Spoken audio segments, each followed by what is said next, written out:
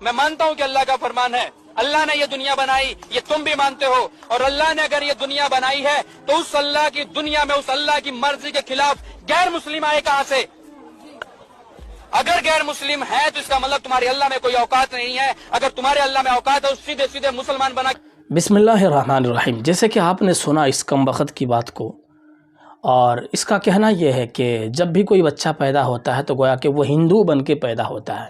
ابھی مجھے کسی نے بتایا ابھی ہندوؤں میں سے کہ بھائی ہندو دھرم کوئی نہیں ہے، یہ ہندو کا نام کچھ نہیں ہے، یہ سارے کے سارے مسلمانوں نے ہی دیا ہے۔ گویا کہ اللہ کے رسول صلی اللہ علیہ وسلم نے فرمایا، وہ حدیث بھی سنا دیتا ہوں، ہو سکتا ہے ان لوگوں کی عقل ٹھکانے آ جائے۔ اللہ کے رسول صلی اللہ علیہ وسلم نے ہند کا لفظ استعمال کیا ہے، ورڈ ہے ہند کا۔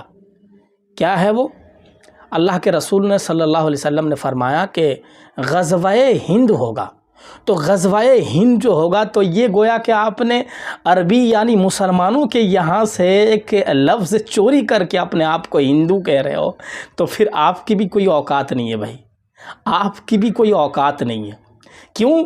اس لیے کہ اللہ کے رسول صلی اللہ علیہ وسلم نے فرمایا کہ غزوہ ہند ہوگا، مطلب کیا ہوا؟ غزوہ ہند مطلب آپ نے ہندوستان کا نام لیا، تو گویا کہ ہندوستان جو لیا ہے آپ نے وہی ہند سے ہی لیا ہے۔ بات سمجھ میں آ رہی؟ اب عقل ٹھکانے پہ آ گئی کہ نہیں؟ اب تمہاری کوئی اوقات بھی نہیں ہے اور تمہاری کوئی حیثیت بھی نہیں ہے۔ دوسری بات میں بتا دینا چاہتا ہوں، ایک حدیث ہے حضرت ابو ہریرہ رضی اللہ تعالیٰ عنہ کی۔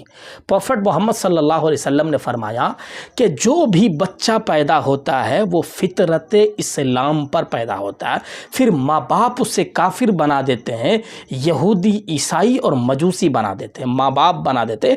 یہ حضرت ابو ہریرہ حدیث بیان کرتے ہیں، پروفٹ محمد صلی اللہ علیہ وسلم کی حدیث ہے۔ یہ ہے گویا کہ ہماری اوقات۔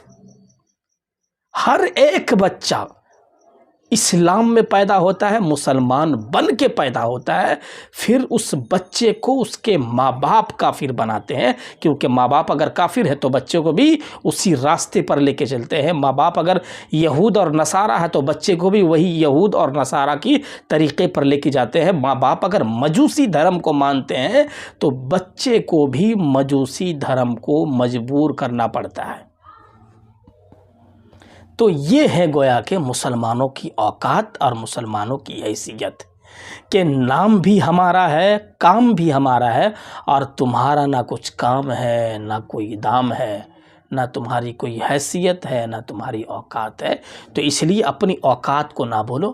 اپنی اوقات کو جب بھولو گے نا تو پھر